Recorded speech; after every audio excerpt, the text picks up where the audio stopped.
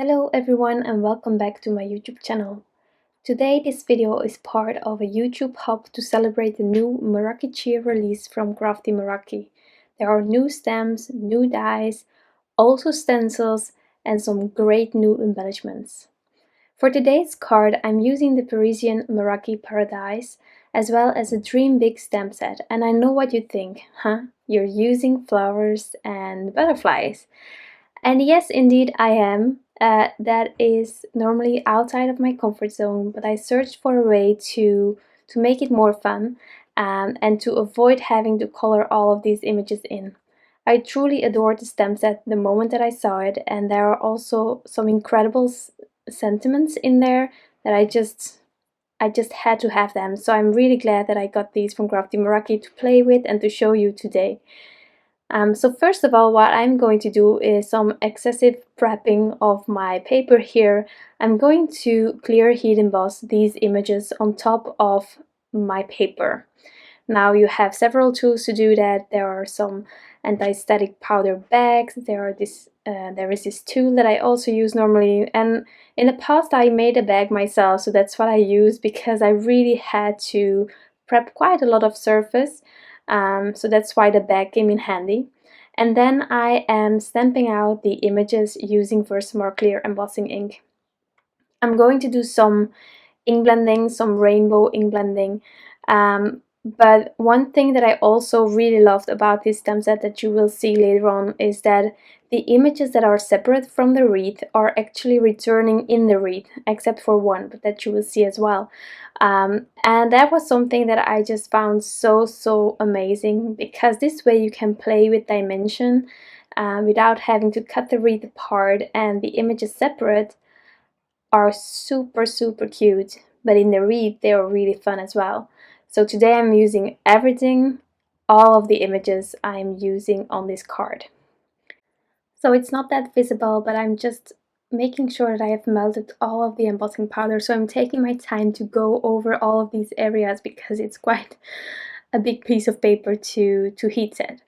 So once I've done that, I am going to take some distress inks. These are the inks that I own. I don't have a lot of colored inks except for the mini distress inks. Those I have them all because I just love them. I love the size, it's not that expensive, and they are as good as big ones, but I don't have the place to put the big ones. So, mini distress inks. And I just took my favorite rainbow colors here, and I'm just going to make sure that I have a rainbow all over this wreath. While I'm doing that, just about this YouTube hub. As it's a hub, there is a giveaway, and all of the things you need to do to participate are in the description box down below. But the lucky winner will win a $100 worth of Crafty Meraki products, which is huge. So definitely check it down below what you need to do and participate, because, well, that's quite a lot of products and you will love it all.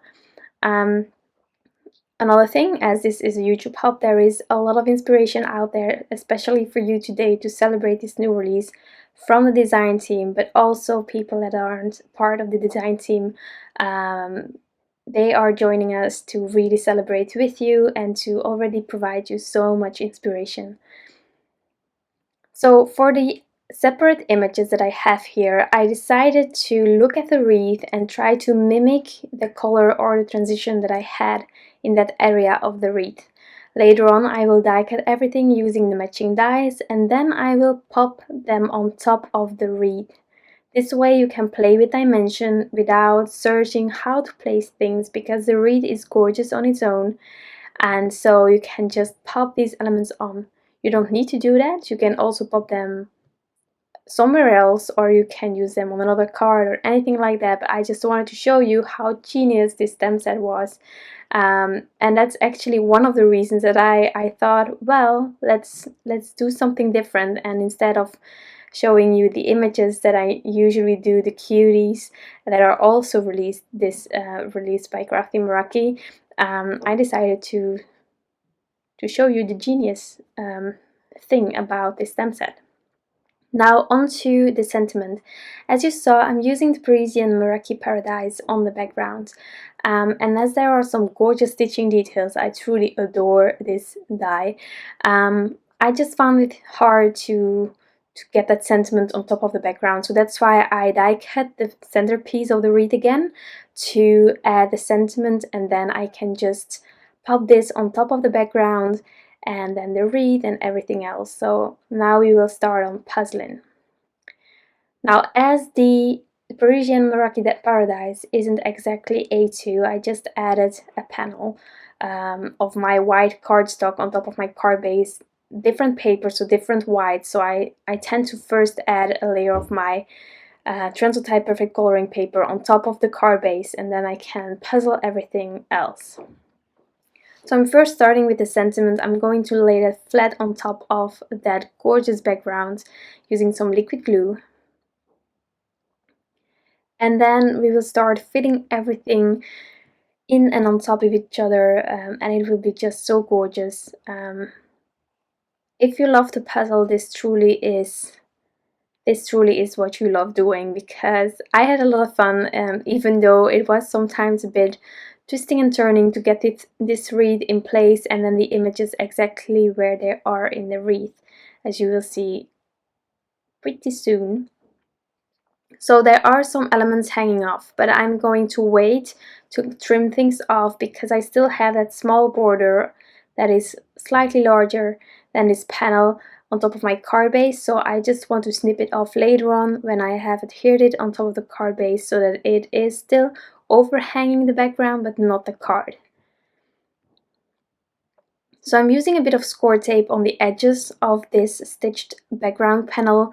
I noticed in the past that sometimes my panel is warping again after using some adhesive roller. That might be the roller, it might not be, but that's why I'm just securing the edges with some really strong adhesive. And now I can trim off the excess of the wreath. So I did that, and as you can see, there is just that slight border, but still the wreath is overhanging there, so something I really liked. And then we can start puzzling all of these items on top of the wreath. Something that you don't need to do. I think this card can stop right here, but I think it's genius as well, so that's why I did want to do it. You can also pop one image if you want to, or two or three. I just decided to go for all of them. As I really like ink blending, so I had a lot of fun doing the ink blending. And so here as well, there are some elements that I snipped off, and I did that before I had already 3 layers on there, because the more layers, the harder I find it to trim off the excess. So I will later on put this panel again underneath my trimmer to trim all of the excess off. And then this one butterfly. As I said, there was one image that isn't really in the wreath the way it is separate. So I wasn't sure whether I was going to use it, because again, here you can stop if you want to. And then I decided, well, instead of having all of the greens on top of the greens as I did the other flowers, I can just put the butterfly a bit more towards the left and sort of let it be flying towards the green area maybe, and so just have something offset. And by adding this cutie there, my card is finished. You can always add more things like embellishments or whatever your heart pleases. I decided to stop right here and make this the finished card. I hope that you enjoyed this video, and of course that you like the end result. Don't forget to hop along to all of the videos so that you will be inspired by this whole new release and have lots of ideas to start creating yourself. Thank you so much for stopping by and taking the time. I truly appreciate you all, and I wish you all an incredible day, and I'll be back soon with some new crafty inspiration. Bye!